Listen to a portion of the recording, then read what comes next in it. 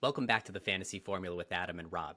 This week we're going to get your team ready for the Canadian Grand Prix, but first we need to unpack all of the madness from Monaco last week. Rob, what do you think of the race? Adam, I would say Monaco is the most exciting race of all time if you only count the first lap. I think that 2024 Monaco Grand Prix was arguably one of the most boring Formula One races of all time, in my honest opinion. And I definitely think we're going to have to need some changes to the track or something that spices up the weekend, because seeing the formation lap 78 times across the Sunday was not exactly my definition of entertaining. What do you make of it? I just thought this was the first real week that the fantasy landscape just changed altogether. You think about really good teams like Laura Winter beat me on merit at Imola at the previous race, but I scored 147 more points than her. That's because of all the DQs and DNFs. I think between the points and budget spread that's happened in this race, I think we have a lot to talk about tonight. It's going to be great. And when you look at our rundown for the show tonight, as always, we're going to give away another great prize from Fifth Gear Garms, get you set up for our live show this weekend. And then for the hit list for Canada, we're going to take the lessons learned from Monaco and break that down into how we can set the best possible lineup for this weekend. And then Rob is going to lead us in a discussion on which lineups for all those different budgets will be best for you. And then last but not least, talk about the Fantasy Formula Leaderboard, where we can see if our overall standings throughout the world have changed. Rob, I want to break into the winners and losers from Monaco, and my first winner is an easy one, Charles Leclerc. He had 45 points to lead all drivers, and it's the most for Leclerc since Australia 2022. So another big week for Charles. He had a $1 million price gain, which is now has him up to $4.5 million gained on the season, also the most among all drivers. Just a really great race for him. And to put the emotional part of this into perspective, it's the first time a monogas driver has won his home race in 93 years. And he's one of only 4 drivers in the turbo hybrid era to win their home race. The other 3, Max, Lewis, and Nico Rosberg, are world champions. So a fantastic weekend for Charles. Yeah, wasn't it great? I mean, I really love seeing a Leclerc win on home soil. His curse is well documented, so a really great result for him across the board. I'll continue the theme as one of my winners in the Ferrari Constructor. As you can see here, they had the best score among all constructors across the weekend with 68 points. Not really anywhere close to their best result on the season, unlike Leclerc's, but they have continued to demonstrate their value, and I'm really loving them. I know most weeks it's hard not to put them as a winner, but when you've got Leclerc and Sainz on the podium and the constructor topping all other constructors, it's hard not to consider that a W. It was a really fantastic weekend for Ferrari. I'm excited to see what this looks like moving forward, because between them, Red Bull, McLaren, we have a lot of difficult decisions to make. But don't worry, Rob and I will break this all down for you in just a moment. My second winner from this week was Valtteri Bottas. So he had the 8th highest score on the grid with 8 fantasy points, and he seemed to provide the only action in this race in the last several laps. He only finished 5 points behind Verstappen, and with his 4 overtakes, he's now P6 among all drivers for overtakes on the season. So last year, it was his teammate Zhou Guanyu that was the overtake merchant, but Rob, now I'm starting to think that Valtteri could be the budget driver to own moving forward. Yeah, he's definitely shown his fantasy potential. It was, though, I guess, given the snooze fest and lack of overtakes, you didn't need to see much in the way of point scoring to see a handsome increase. That 1 million, a great result for his owners there, but the fact he only got 8 points makes me think that any other 8-point outing in any other races probably won't give you the same price increase that Valtteri got. My second winner is Oscar Piastri. He had his third 20-plus point haul in a row and P2 to go along with that. I'm really loving Oscar, honestly. As a fellow countryman, I can't help but not root for the guy. He's so lovable and just like a very mature individual, got a great head on his shoulders and just seems to drive that car really well. I'm really encouraged by this result. I think he's going to continue to build on that. And he's had, that P2 in qualifying in Imola. He was, very close to until he ran into some issues in Miami, looking for another podium. So I think that win for him is really not that far away at all. Rob, let me ask you, what does Oscar have to do to get a shoey these days? I mean, we had the podium bet last year. I'm happy to continue that. It is his first podium of the year, and I probably owe you a shoey or two after a couple of extra podiums we didn't account for last year. But I will say, if Oscar goes for the win, like if he gets the win, I'll happily do a shoey and maybe some of Sergio Perez's Cafe Patron tequila shot on stream as well. So I'm really turning this into a bit of a drinking contest, aren't I, Adam? But let's just hope a good win for Oscar. It comes sooner rather than later. I've got another reason to root for him now. Let's move on to the losers now, and there is no bigger loser than Haas. And I'm going to lump all three of them together because Kevin Magnussen, -33. Nico Hulkenberg, -32. They had the disqualification on Saturday for the same reason. They were involved in the same incident with Sergio Perez on Sunday. So a DQ and a DNF is a combination I've never seen before. Only Logan Sargent's -34 at Qatar last year tops that for drivers. It was an all-time terrible week for Haas. Then the constructor, -66 points. That's a record I don't think we're ever going to see broken again. Yeah, it was a disaster to say the least. I couldn't help but feel sorry for all the poor souls that got lumped in with one or two Haas drivers in their fantasy lineups. And even if you did end up with just one DNF across the weekend in your team, most people were actually able to escape with a green arrow. So it goes to show that the amount of incidents, you throw in Ocon, you throw in Sergio Perez, who we'll both get to shortly, it was a diabolical result for fantasy managers across the board. And if you avoided them like you and I entirely, we got very lucky and our ranks were able to capitalize as a result. My first winner is Esteban, loser, not winner, far from a winner, after the situation in the first lap was Esteban Ocon. I think it's pretty well documented after that clash that his tenure with the team is probably going to wrap up after this season. That -19, his first DNF of the campaign. And it just feels to me, I don't know what you think, but it just seems that Gasly seems to have the favoritism among the team. And those comments from Bruno Famin were not by any means encouraging. I'm just not sure he really has a place with the French outfit beyond this year. I think this incident definitely put a divide between the team. You saw in Drive to Survive last season that the two have been at odds with each other really since their karting days. So definitely not the kind of friendship you see at other outfits like McLaren. And it's funny, Rob, if you told me last week that you had a good 2X driver and two good constructors and the rest of your team would be double Haas and Esteban Ocon versus us running double Sauber and Logan Sargent, I think we would have gotten torched. But it turns out we were, 75, 80 points clear of some of those teams. It's really incredible how it turned out. Truly. Yeah, it is probably the biggest one-week swing in F1 fantasy that I can ever recall. So, again, I think we got very lucky, and I would argue that owning the Haas drivers or Ocon over, as you pointed out, Sauber or Williams was certainly the better decision. It just happens that way sometimes in fantasy, and unfortunately the fantasy gods made many a fantasy strategist pay. Speaking of hard luck losers, my second loser was Sergio Perez, and this was his first DNF since his home Grand Prix in Mexico last season. -20 to Sergio, only 8 points for the Red Bull constructor, and now we're going to get later into this conversation that's really heating up about which constructors to run moving forward, especially because this is where Sergio Perez really declined in his qualifying form last season. To start this year, top 5 in the first 6 races, started the last 2 races, P11 and P18, and that's where you get into some of these messes with the midfield and back markers. Last year, he missed Q3 in 4 out of 5 races, a stretch that was really tough where people were questioning his race heat, and these are the circuits that he did it at. So I'm very interested to see what it means for Checo moving forward. Yeah, I mean, his form certainly translated towards the Red Bull constructor overall, also having an absolute stinker of a weekend. I think Helmut Marko mentioned something around the simulations not marrying up to reality on track with the curbs.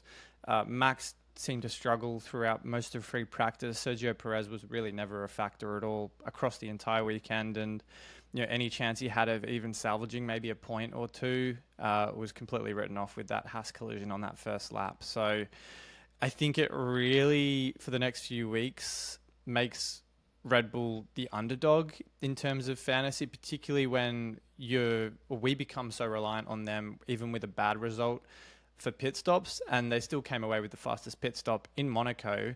But at the same time, I don't know if that's going to be enough for us moving forward to go with them, given how good McLaren and Ferrari are looking at the moment. You said it. I mean, particularly when Red Bull gets only 8 points compared to Ferrari with 68, McLaren with 56, they've got to do more than this. You need both drivers really working to make Red Bull a viable constructor given their price. It's going to be a very interesting decision because I think Max is due for a bounce back this weekend in Canada, but is it enough to offset Perez if he doesn't have his act together? Should be a very, very fun lineup decision we have ahead of us. And on that note, let's move on to our fifth gear Garms contest question for this week, which is which constructor scores the most points out of Red Bull, Ferrari, and McLaren? And Rob, I don't want to give away any of my thoughts yet because I think it's going to come out in the hit list, but do you have anything you wanted to share on this? I think, we've already spoken a little bit about Red Bull, and I definitely think they are on the back foot, even though I do think that this track in Canada is going to work more towards their strengths in the last couple of weekends. I think it's really hard to overlook Ferrari at the moment, coming off a win in Monaco. They've just looked great across the board. Carlos and Charles have both finished inside the top 5 in all races they have competed in this season. And I just think that Ferrari are now in a place compared to the last few years where they are consistently delivering. Charles' new race engineer, Brian Bozzi, seems to really have locked in, got some really good chemistry in the last couple of races, and I definitely think that's going to continue. I don't think it's going to be the only race Charles wins this year, and I think the constructor battle's heating up. So Ferrari is my early pick at the moment for Canada. No arguments here. Fred Vasseur has really unlocked a beast of a team with Ferrari, and now that they've recruited Lewis Hamilton, they're in the mix for other key engineers around the paddock to try to make that team even stronger next year. I think they're going to be a force to be reckoned with for a few years now. So as we get into this discussion about which of these constructors is best, we want to start with McLaren, because not only did they have a good week last week, it might have been a little too good. They gained $1 million in price, and now they're at $25.5 million, which puts them in the tier A for pricing, which means the max that they could gain in a given week, even if they're perfect with a 1-2 finish, it's only $0.2 million. And if you have the kind of week that Haas had last week, you could lose up to $0.7 million, which is the most in the game. Yeah, it's looking somewhat ominous in terms of price gain for McLaren. I think they have looked like the best, or one of the best constructors of late. I mean, it's tit for tat for them and Ferrari, and I do think that Piastri in particular still has some performance to unlock. He's only in his second year, and I fully expect that breakthrough win is closer than we might think. The one thing I will say, though, that probably discourages them a little bit compared to Red Bull, if we're looking at the two tier A constructors, is that they just don't have the pit stops in their bag at all.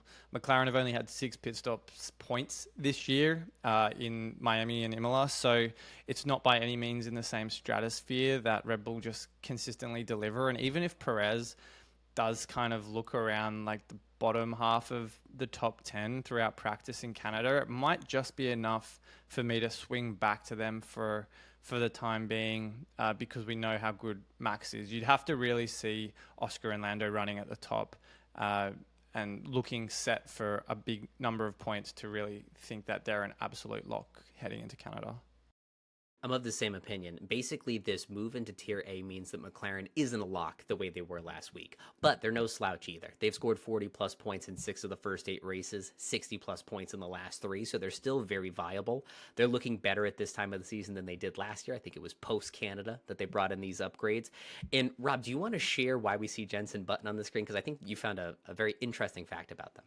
Yeah, it was a fascinating nugget of information that McLaren have not scored a single F1 point in the drivers and constructors standings since 2014 when Jenson secured P4 for them. So I definitely think that they're in the best position possible to score some points this weekend compared to years prior. I definitely think as well, given the upgrades have come a little earlier this year, where we saw them, as you pointed out, kind of 2 or 3 races further down the line around Silverstone or so, that they are objectively, probably along with Ferrari, the most obvious lock for some of the highest points scoring on the board this weekend. So you'd have to see some kind of out of the ordinary eventuation, like a double DNF, like we saw with Haas in Monaco, to really suggest that they don't have a chance of scoring points this coming weekend.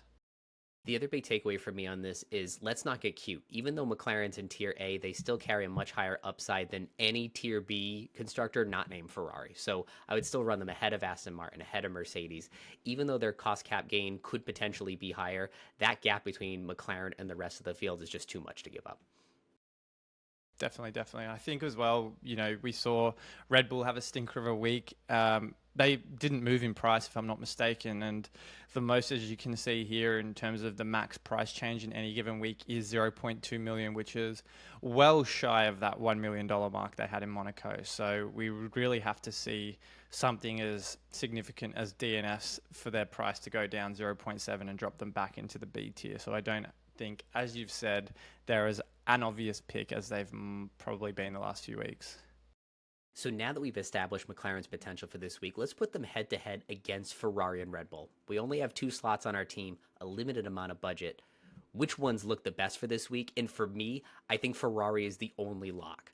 They've scored 50 plus points in every race this season and have 4 races of 70 plus points. So they have the highest upside and the best consistency of any of them. And they're still in Tier B, which allows them to get that $500,000 to $1 million price increase. Rob, what do you think? Yeah, I'm of the same boat. You just can't look past Ferrari while they're still under 25 million. The best value constructor in the game. They're pretty much on par now with Red Bull in terms of points per race. And realistically, it's a non-negotiable for me. They're one of the highest owned assets, I think, inside for people inside the top 100,000. So again, it's probably a toss-up between these two. You pointed out anyone else in the B tier class, like Mercedes, for instance, is not really on my radar. They've not really threatened at all, and you'd want to see some convincing results, podiums, for example, to really think about bringing them in. So I think right now, for me, the decision largely rests on Sergio Perez. It has to be said that his form, as you've talked about, as soon as we get to the European leg, compared to last year, is just by no means interesting or encouraging at all. And I fully expect that could well continue. It wasn't great in Imola. It wasn't great in Monaco. I'm just really going to have to see a lot from him in free practice. So I've got McLaren in my team at the moment. There's no reason for me to move off them, even though the decision is certainly not as easy given they're now in the A tier. But I want to go off form and performance. I don't want to go off speculative outcomes for Red Bull, and we know what Max can do. It all very much depends on the Mexican driver to deliver. What about you? For me, I think the Red Bull decision matters more about Max at this point, because for them to have any sort of floor, Max has to convert poles into wins. And luckily he's converted pole to win in the last 2 Canadian Grand Prix, which sets a good standard for them moving forward this week. If he can convert the pole into the win and Red Bull can get the fastest pit stop, that's 45 points. So you just need Perez to show up and not DNF. If he makes it into Q3, that's another 10 points. So Red Bull's floor is 55. But for me, I think at a time where we've had 2 different race winners in the last 2 races, I'm worried that now Red Bull's not as safe. Even with Checo out of the mix, even Max isn't that safe. Yeah, I think though, in terms of Max, we all know he's going to be around the top 3 most race weekends. So I don't think that his performance is going to tail off entirely. I do think it's not anywhere close to what we've seen lately. Like 13-point performance aside from DNS has, I think, been one of his lowest scores in the last couple of seasons, F1 fantasy-wise. So I definitely think more of it rests on Checo, only because we know Max is going to be around the top 4 at most circuits. So you said that 10-point teamwork bonus that we get from qualifying, we know Max is going to be in Q3. So if Checo doesn't make Q3, he's the one to blame, and that's 10 points out the window there. Throw in the loss of placement potentially, or kind of out in the lower half of the top 10. Again, I think that's more likely Checo. So I think Max, even if he doesn't win, he's going to be in with an almost automatic lock for a podium, unless of course they have mechanical issues or something of that nature. Oh boy, I don't even want to put that into the world. There's more mechanical issues for them. One last thing on this is the budget enabling of McLaren. If you run Ferrari McLaren as we did last week, you can run Charles with the Piastri or signs, which, given their form lately, is really encouraging. My previous Max lineups, I had to run mostly midfield and budget drivers, so I think that's another factor. If you run either Max or Red Bull or both, it sort of limits what the rest of your team looks like. That's true. Yeah, I think people kind of played the approach with McLaren, Ferrari, and Monaco and brought in those Haas assets. And, unfortunately it backfired. But I think most weeks having that extra budget to move to better midfield drivers is going to pay off as opposed to running, the fodder of Sauber and Williams. So I think having that extra 3.3 million as it stands, it can be the difference between P20 in some cases with a Sargent versus a mid points or a low points finish for a Hulkenberg or a Magnussen, for example. And so we've talked about the anchors of the team in the constructors. The other major anchor is the 2x DRS boosted driver, and it's time to go full Shakespeare of tier B or not tier B. And I think for me, Charles Leclerc really stands out among everyone else. And Rob, you would call this out on your socials last week. He's on 10 straight races of 20 plus fantasy points. Just a bastion of consistency. He's finished in the top 5 in all 3 of his races in Canada while driving for Ferrari. And like I mentioned a moment ago, he's still in tier B. So just a really attractive option for a lot of teams. Yeah, I think he is, to me, like you say, the most informed driver at the moment. It's hard to look past him considering we both own him as well. So it makes for one extra trade we're booking in if we want to get rid of him for someone like Carlos Sainz. We've got Oscar Piastri on the screen here as a differential option. We'll get to him in a moment. But I think it's before Imola, certainly, and in Monaco, absolutely. It was Charles Leclerc versus Max Verstappen. And I think Max has probably fallen out of favor a little bit with Red Bull's drop-off in performance. So I think Leclerc stands out to me as the best lock at the moment. He's still B-tier asset, so lots of value upside there. And I know Oscar Piastri probably isn't everyone's second option in terms of a DRS boost if they do not go for someone like Charles Leclerc, but the kid's, got that P2 in Monaco. He's had triple or 3 20-plus point performances in a row, 5 out of 8 races this season. And I just think he's going to continue to build on that kind of early foundation of good results. So McLaren are on the up. I think Max, in terms of favor with F1 fantasy strategists, is on the down. And I think Charles Leclerc's stock's continuing to rise. What's your take on Oscar? Because you had Carlos Sainz in Monaco, and I do think Sainz is an equally proficient option. But I don't know if there's really much to split the two drivers at the moment, fantasy-wise. So last week it was really a coin flip for me. I think I just saw a little extra something in Carlos that had me edge over Piastri, but you ended up scoring more points with Oscar, and that was the right choice when it all came down to it. I saw a very interesting stat last week that if you count qualifying, sprint, and Grand Prix, Leclerc has defeated Sainz in the last 11 events, going back to sprint qualifying in China. So Charles has been handedly beating his teammate these last 2 months. So for me, I think if I had to pick a Ferrari, I'd pick Charles. But also, they're both doing really well, so the constructor is really safe to me too. And I think the good thing about Charles is you don't have to pick. You can run Charles and Piastri or Charles and Sainz, whereas with Max, you're really stuck to midfield drivers. So I'm leaning more toward the tier B right now, but certainly if Max looks like he's back on the top of his game and the rest of the podium positions are wide open, he does present the safest option.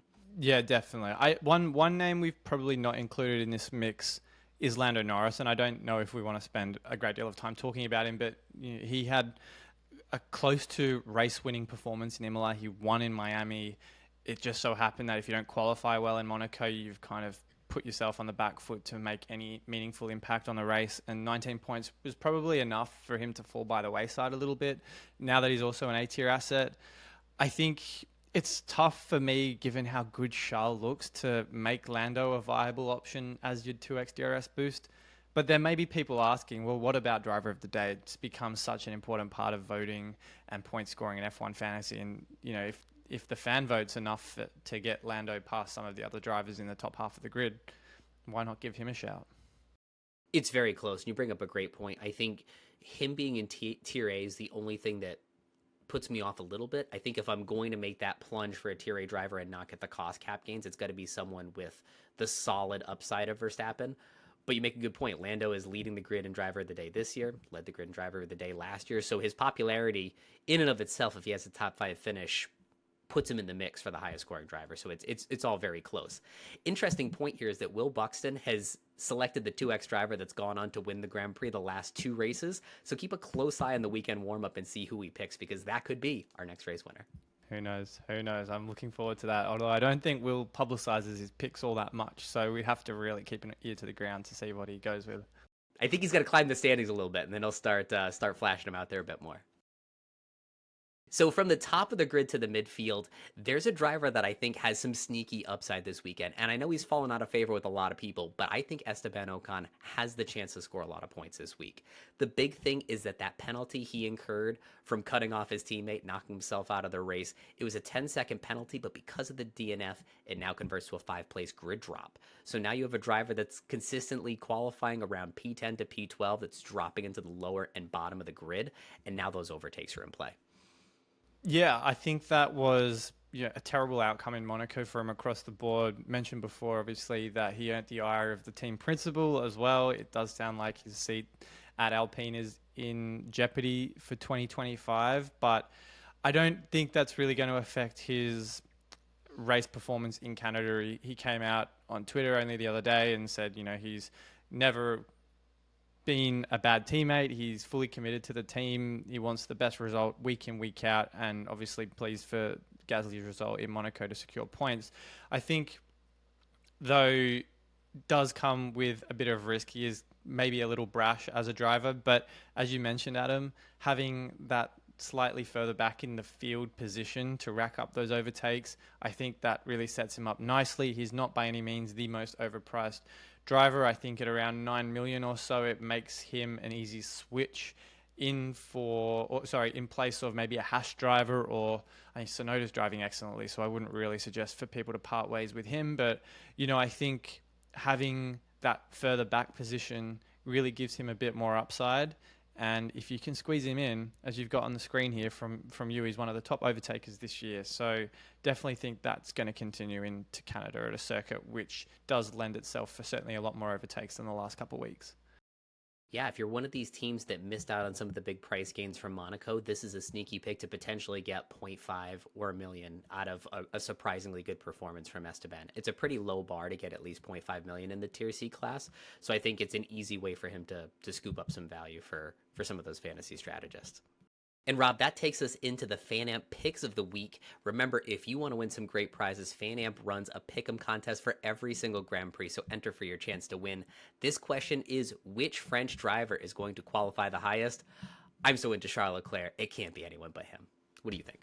Yeah, I have to agree with you. Even though I'd love to be different sometimes, these Picks of the Week, it's chalk and cheese for Charles and the rest of these guys here. So I don't think he's going to be threatened too much by these guys on screen just because of how good of a qualifier he is. I'd love to see an Alpine driver crack into Q3. Maybe Gasly or even someone like Lance Stroll at his home Grand Prix would be great. But it's really hard to look past the Monegasque. He's on a rich vein of form at the moment, so I think that's going to continue. Rob, we're not asking the important questions here. Do you think Oscar Piastri is going to approach the Strolls about adoption the way he did with the Leclercs last week? I mean, it was a great race for the Leclerc family in Monaco. I could not tell you his French heritage for the life of me, but I wouldn't be surprised if he puts in a quiet word to Lance Stroll to get his citizenship approved in Canada. So keep an eye on that for the upcoming race weekend, because Oscar has certainly made a habit of doing that lately, and it's translated to a few good results too. So fingers crossed. Excellent. All right, now without further ado, let's start building some teams with different budgets in mind, because I know at this point the cost cap field has spread so much. We want to make sure that we cover as many of your possible scenarios as we can. Yeah, I really think you've hit the nail on the head there. The teams and budgets of F1 fantasy strategists have certainly spread out a lot more. Certainly after a weekend like Monaco, where some people had as much as 5 or 6 million in price gain over their rivals. So I think we're going to see a few teams creeping closer to that $117 million tier. But I think it's great we cover all different combinations because of how much variety we have in the game at the moment. I think it's super exciting. There's so many different options on the table week in, week out. And I think we can really chop it up and figure out which drivers and constructors look good for us heading into Canada. Let's do it. So maybe we start with a lower budget build, something around 107. Rob, Yeah. what looks good is a foundation for drivers and constructors in that kind of scenario? I mean, I think we've talked about it a lot already, and as we've stressed throughout the season, starting with your constructors and building from there is obviously a great baseline for your team. McLaren and Ferrari, we've talked about that a lot already. You could also maybe lock in Red Bull, but in the interest of budget for this particular build, why don't we start with the red of Ferrari and the orange of McLaren here? I like it. And then let's see, where do we want to go from here? Maybe as a 2X driver, we've been talking about Charles so much. I think it'd be a shame to not have him up at the top of this team. And then go ahead. Midfield. No, I was going to say the midfield is very much subjective, I think, but if we can squeeze in someone like Yuki Tsunoda, I think just because of the upside he has with Q3, he's been a cut above the rest in the midfield this season. What do you make of him, of dropping him in? I'll make you a deal. We can do Yuki if you give me Ocon. I can give you Ocon. I think we can squeeze them both in with some cheap drivers at the end. Yeah, I mean, I think for Canada, Ocon particularly has some appeal on the back of that price drop too. Most race weeks, I probably wouldn't be quite as high on him, just because I think Gasly. I mean, it's quite close in terms of fantasy this season. Up until Monaco, Ocon was a few points ahead of Gasly, but I think it's closer than it usually and ordinarily is. But I'll give you that. I'd say Ocon with the grid penalty in Canada probably makes him a great option for this week. I like it. And then we can round out this team with maybe Hulkenberg and Bottas. That should get us right under 107. Yeah. Well, keep in mind, the budget here is for a $115 million team. So you take just over $8 million from that and it'll give you pretty much 107 on the nose. So I really like this because Valtteri's demonstrated his worth recently. Hulkenberg, we know how good he is as a qualifier, and that Haas race pace generally is quite good. And I think the rest of the team speaks for itself, don't you think? Remember, this is the race last year. Nico Hulkenberg qualified P2. So he has some magic in Canada. I like him this week. All right, let's move up a notch. Let's hit some lineups at 112 million because Fanamp posted a poll last week to see where most people's budgets are hanging right now, and 112 was the most popular. So I want to spend a few minutes here. What if we start with the same Leclerc, McLaren, Ferrari build, and then try to upgrade that second driver a little bit? What are some options that can get us maybe some cost cap build or a higher points upside? So we had before... what was it? Hulkenberg, Ocon. We could probably throw in the upgrade on Hulkenberg might be like Lance Stroll, for example. I mean, I mean, he hasn't looked great lately, but kind of talk me through why you think Lance Stroll is an asset, because he's had some really good races this season. When he's had bad ones, it's been a stinker, but when he's had those good ones, it's like an absolute lock for a $500,000 increase. Yeah, I'm a sucker for drivers in their home race. It seems to have worked out these last few Grand Prix. And Stroll, even with the ups and downs, is still fifth among all drivers in cost cap gain. So this is the price bucket where you need to start taking some chances to get those boosts. So if you can afford Stroll, Tsunoda, Ocon in this space, which I think you can with the McLaren constructor, now you have four drivers that are really doing some work for you. You could see 2-3 million in cost cap increases. Yeah, and then I suppose that last slot would be, you could go for either Sauber driver, honestly, I think. Yeah. Zhou or Bottas. I really like any of them. Maybe if you can stretch to Hulkenberg, I think we'd certainly prefer a Haas driver over a Sauber or a Williams driver, but I think given we're working towards that $112 million range, let's throw in Valtteri for now. I think that good form in Monaco. He was on for the fastest lap at one point as well. I'm not saying that's going to occur every single week, but I wanted it for Valtteri. For not only did he survive the race, get him fastest lap too. Oh, I needed it. That would have been great. But yeah, I think you can go for Zhou or Bottas. Quite honestly, they're pretty evenly matched. I think Zhou. The case I'll make for Zhou is doesn't seem to qualify quite as well as Valtteri, so I think that sets him up for a few extra positions gained if there are those DNFs ahead of him. And he's a $0.1 million cheaper. So if it really comes down to a couple of extra $0.1 million, then Zhou's probably a good pick there too. And if McLaren's not your cup of tea, I did the math on if you need to put in Red Bull. That would be Leclerc, Tsunoda, Ocon, double Haas. So then you would have 4 midfield drivers that are doing some good work for you, better than the double Sauber Sargent kind of mess that Rob and I were playing with last week. So still a pretty decent team if Red Bull are on the recovery this week. Sorry, you said double Haas, not double Williams. Correct, yeah. Okay, that's I really like that team actually. Let's not bad, right? If Checo puts in a barnstorming free practice Friday and Saturday, I think that could really look good. As long as you're not scarred from the smattering of DNFs you have on that driver lineup at the moment from Monaco. Yes, you have to. Yeah, if you went with Haas last week, you might be a little scorched. You might want to move away from them a little bit. I'd understand that. All right, Rob, let's throw a bone to the high rollers and build a lineup at 117 million. I will completely empty the team here, and I think there's probably going to be a couple of similar themes, but the one favorite of mine is Ferrari Constructor, as we've talked about. So we'll leave them in for now. Where would you start with the second constructor or your 2X driver? Stop me if you've heard this before, but give me Charles Leclerc. I want him on every team in every situation. I love him this week. So give me Ferrari and Charles. And then I'm starting to see the light on Oscar Piastri. And if you can afford, basically, if you have McLaren as your constructor, you can afford Piastri in that second spot. So they go hand in hand if you were to do that. And then it's just playing around now with those midfield drivers. Let's drop in McLaren again in terms of just recent performance. And I think Lando and Oscar are certainly going to continue that good form in Canada. That leaves us with, I guess we'll caveat again that this only goes up to 115 million. So a couple million short for that $117 million threshold. So we'll drop in a couple of extra midfield drivers and then just caveat the last slot is obviously budget dependent. So who would you pick after Oscar as your third driver on this lineup? We've got to go cheap. It would have to be 2 out of 3 between the 2 Saubers and Hülkenberg, and then you can afford a little bit more like a Gasly or something.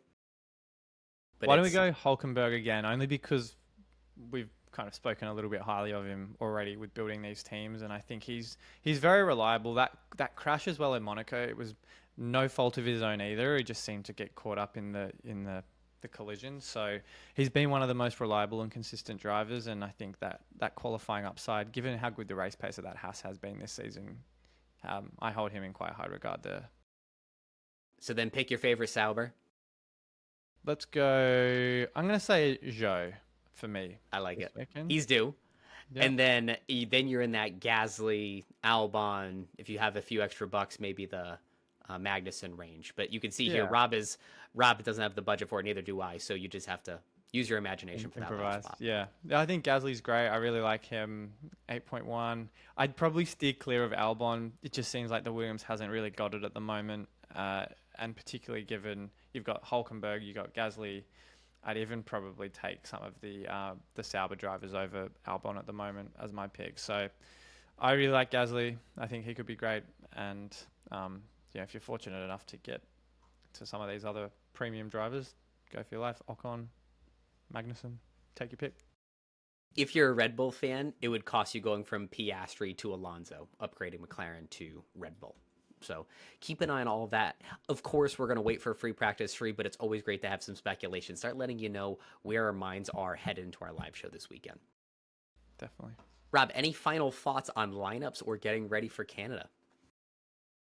No, I don't think so. I think we've come off a pretty defining weekend in Monaco. I think there's going to be a lot of people really hoping to build a team around Ferrari, certainly, and maybe some McLaren too, if Red Bull look well off the pace again. So, again, number one rule in F1 fantasy, wait until after FP3 to make your decisions. But I think it's going to be a really good weekend. It's going to be an interesting race. The last couple have been, as Max Verstappen described it in Monaco, snooze-worthy, bring your pillow, but I don't think it'll be anything quite like that in Canada. So I'm really looking forward to a fun week. All right, let's move on now to the Fantasy Formula League. It was a quiet week in terms of the leaderboard moving around because a lot of the top teams ran Charles as their 2X driver with Piastri, McLaren, and Ferrari, just like Rob did. Although there were a few teams that 3X Leclerc and 2X Piastri, so you must have been having a really good time watching that race unfold. And one thing I keep an eye on, Rob, is these limitless teams. The best limitless teams from Monaco still scored around 300 points. So this concept of running it on a sprint weekend still seems to be prevailing, but I know there are some dissenters. Yeah, definitely. I think we're going to see that throughout the season where people like to go against the grain a little bit, use a few chips on those off sprint weekends or those off meta chip usage weekends. So I think once we get into 3x territory in the second half of the season, we'll certainly close the gap. You've made a big move in the standings up inside the top 2,000, if I'm not mistaken, and I'm just on the outside of the top 3,000.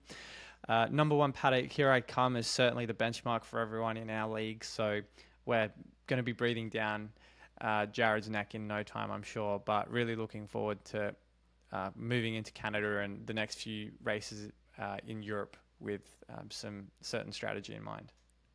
This is the third race in a row. I felt myself thinking this is one of the most important races of the season. It feels like there's been a real crescendo these last few weeks. Every decision we make has gotten more and more important. I think Monaco really shows how every lineup decision is so impactful. This is also the anniversary of when F1 Fantasy started making decent cost cap changes last season, when we finally rejoiced. So happy holidays to those that celebrate. Yeah, I'm looking forward. It's going to be a good. I think it'll be a good weekend. Probably no chips on the table for me this weekend, but notwithstanding that, there's going to be, I think, a few. I think we'll notice a few shifts from certain drivers and constructors into others. So really looking forward to seeing how the decisions unfold there. So this Saturday, we will be back for another live show. It'll be at 3 p.m. Eastern, 8 p.m. BST. And Terry fans, rejoice. Rob has some plans this weekend, so unfortunately he can't join us. But Terry will be in the captain's chair answering all your questions alongside me this weekend. So feel free to join us. Send your lineups in through the Fan Amp base. Send the answers to your fifth gear GARMS question into our base as well. I think it's going to be a great week. Rob, any final thoughts before we close out tonight? No, I think we've covered it all pretty comprehensively tonight, Adam. I'm really sad I can't make the deadline stream, but I'm sure Terry will deputize in my stead, and I'm sure it's going to be a really fun deadline stream. So going to be sad to miss it, but I can't wait to see how you guys go. We'll have the coffee flowing. Thank you all very much for watching tonight, and we'll see you on Saturday.